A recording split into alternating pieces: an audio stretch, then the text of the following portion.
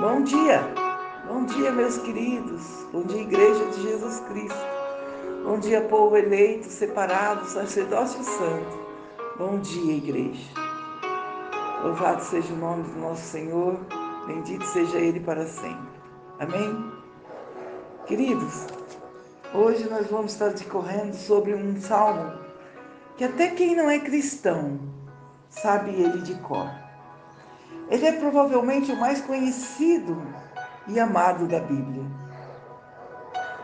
Escrito por Davi, o Salmo 23 tem uma riqueza de ensinamento, ao mesmo tempo revela uma simplicidade de fatos.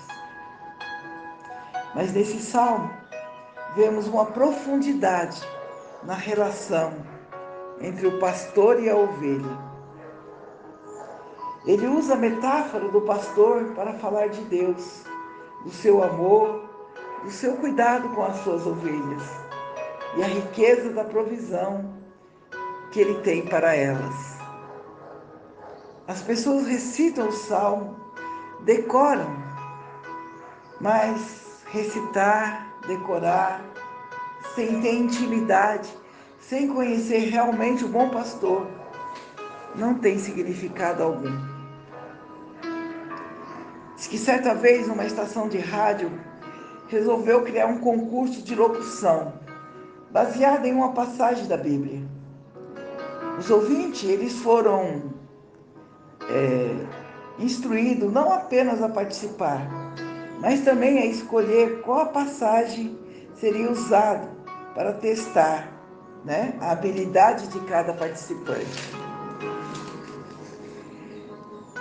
De todos os trechos belos da Bíblia, o mais votado foi o Salmo 23, que deveria ser recitado em público pelos participantes até que a mesa julgadora escolhesse qual seria o melhor de todos. No dia marcado, todos os concorrentes, um a um, começaram a apresentar a sua performance. Uns tinham mais habilidade, e técnica, por isso recebiam notas melhores. Mas finalmente, no meio deles, apareceu um idoso que, embora não fosse, um locutor, ele era desprovido de todas as qualidades e técnica para tal função, mas ele foi o único que arrancou lágrimas do auditório, fazendo até mesmo que o júri esquecesse de lhe atribuir nota. Um dos participantes, sem entender a reação do auditório, perguntou a um colega: por que um homem com a voz tão arranhada, tão rouca, como é que ele conseguiu tal resultado sobre o grupo? A resposta imediata foi: enquanto todos os locutores demonstravam conhecer o salmo do pastor, aquele homem foi o único que demonstrou conhecer o pastor do salmo.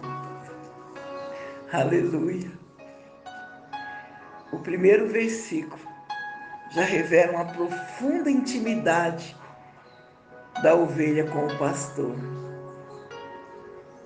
Davi começa dizendo assim: o Senhor é o meu pastor. Aqui ele está declarando que o Senhor era reconhecido na vida dele como o bom pastor, que cuida muito bem de suas ovelhas. Eu não sei, você sabe que Davi havia sido pastor de ovelha. Então ele sabia que as ovelhas dependiam exclusivamente, 100% dele. Mas ele estava falando dele. Mas esse conceito de bom pastor era para a humanidade como um todo. Em Salmo 79:13, fala assim: assim nós, teu povo e ovelha do teu pasto, te louvaremos eternamente, Senhor.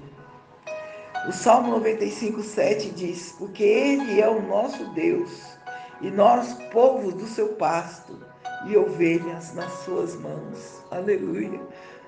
Isaías 40:11 vai dizer assim: como o pastor apacenta o seu rebanho, entre os seus braços recolherá os cordeirinhos e os levará em seu regaço, e as que amamentam guiará suavemente.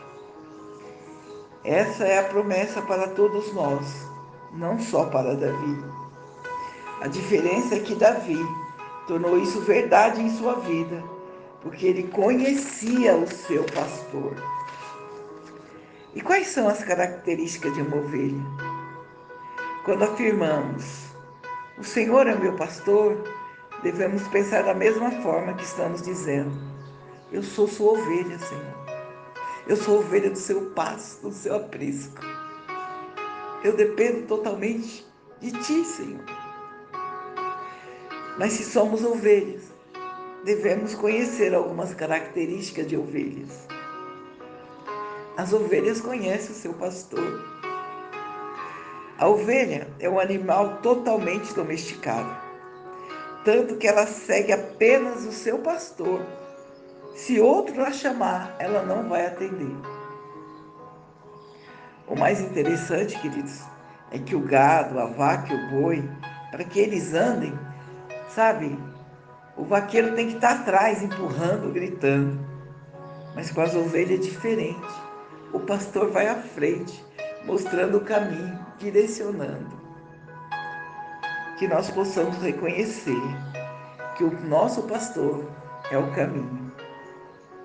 Em João 10, do 27 ao 30, fala assim: as minhas ovelhas ouvem a minha voz, eu as conheço e elas me seguem. Eu dou a vida eterna, jamais perecerão, ninguém as arrebatarás da minha mão. Aleluia! Aleluia! Você só sai debaixo da guarda, da proteção do Senhor se você quiser, porque Ele não vai permitir que ninguém os tire da sua mão. As ovelhas, elas produzem lã o tempo todo. Quanto mais ela é tosquiada, mais ela produz. Em João 15:5 vai dizer: eu sou a videira, vós os ramos. Aquele que permanece em mim, esse dá muitos frutos. Toda vara em mim que não dá fruto, será arrancada e lançada no fogo que arde. Quanto mais velha a ovelha, melhor fica a sua lã. Ela muda de cor, de textura e de densidade. Isso acontece conosco, o ser humano. Vai passando o tempo, os pelos vão ficando diferentes, a cor, a textura. Assim deve ser conosco. Quanto mais maduros espiritualmente, melhor será as nossas obras. As ovelhas não comem qualquer coisa, elas comem capim e eles devem estar frescos. E como elas fazem parte dos ruminantes, elas estão constantemente mastigando, ruminando o alimento. O alimento espiritual do crente é a palavra de Deus. E assim como as ovelhas, nós precisamos estar sempre remoendo esse alimento. Colossenses 3:2 diz assim: mantenha os pensamentos nas coisas do alto e não nas coisas terrenas. Josué 1:8 fala assim: não cesse de falar desse livro da lei. Antes, medita nele dia e noite, para que você cumpra fielmente tudo o que nele está escrito. Só então seus caminhos prosperarão e você será bem-sucedido. Quando o texto diz nada faltará, queridos, no original está dizendo que nunca me faltará a presença do Senhor. Não é que nunca vai te faltar coisas materiais, suprimento. Sim, quer dizer que isso também pode acontecer. Mas o Senhor é meu pastor e Ele nunca me faltará. A mensagem principal é que o Senhor não faltará, Ele estará sempre presente. Deitar-me faz em verdes pastos. Uma ovelha, ela não sabe diferenciar uma relva boa de uma relva venenosa. Somente os olhos atentos e experientes do seu pastor poderão discernir e indicar a elas os pastos verdejantes, que é bom para alimentar. A expressão deitar-me em verdes pastos indica a ideia de descansar em Deus, sobre a provisão de termos sempre um bom alimento. Isso é cuidado. Deus cuida de nós. Guia-me mansamente às águas tranquilas e refrigera minha alma. As águas agitadas podem assustar a ovelha. As ovelhas são animais muito medrosos. Refrigera minha alma. A sensação é de uma agradável frescura, né? Conforto, alívio, bálsamo, consolação. Como consequência das águas tranquilas, vem o refrigério, o alívio, o descanso. O Senhor sempre nos deixa descansar em verdes pastos. O nosso Senhor traz alívio, consolo e bálsamo para as nossas almas. Guia-me pela vereda da justiça, por amor do seu nome, versículo 3. Isso é orientação. Deus nos conduz sempre pelo melhor caminho. Aqui, mais uma vez, o salmista usa a palavra guia-me, que deve deixar claro o trabalho do pastor de guiar as suas ovelhas. Ele vai guiar as veredas da justiça. Vereda é caminho, é trilho, é direção, é rumo. O nosso Senhor nos guia por um caminho justo, porque Ele é justo. Ainda que eu ande pelo vale da sombra da morte, eu não temerei mal algum. Isso é confiança. Deus é conosco nas horas do sofrimento. As ovelhas, elas são ingênuas, e por isso o pastor deve estar sempre prestando atenção a todas elas, pois é muito comum elas se perderem do grupo por qualquer distração. O que é o vale? O vale é um tipo de desfiladeiro, uma passagem apertada entre uma montanha e outra. É um penhasco com uma queda muito grande. Caminho estreito, perigoso, difícil de trilhar, mas o salmista diz: eu não temerei mal algum. Ele usa a vara e o cajado para que com elas não caiam em lugares apertados. Isso é disciplina. Deus nos corrige. O pastor usa essas duas ferramentas, a vara e o cajado. A vara, ela é comprida com um ponto de interrogação na ponta. E com ela, o pastor livra as ovelhas de ficarem presas em arbustos e espinheiros. O cajado serve para que a ovelha não vá aonde não lhe é permitido. Preparas uma mesa perante mim, na presença dos meus inimigos. Esse é o versículo 5. Isso é proteção. Deus nos ampara diante do mal. Aqui a cena muda, né? O alimento, a água destinada às ovelhas, agora é um banquete para todo ser humano, para a humanidade. Devemos nos lembrar aqui que, embora Davi esteja falando em relação das ovelhas com o pastor, ele também está se colocando como ovelha. A ovelha é sempre bem cuidada e bem servida diante dos seus inimigos.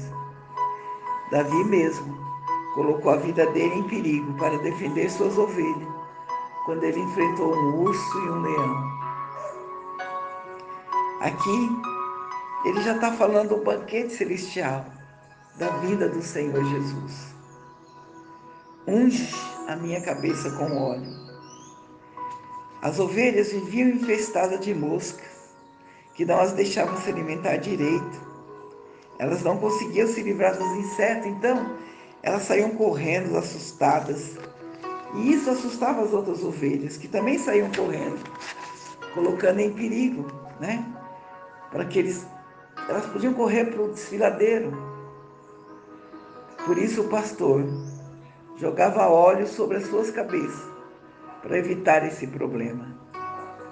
Precisamos sempre do óleo do Espírito Santo sobre as nossas cabeças, para que a gente não erre, para que a gente não erre o caminho, o foco, para que a gente esteja nos caminhos planos do Senhor.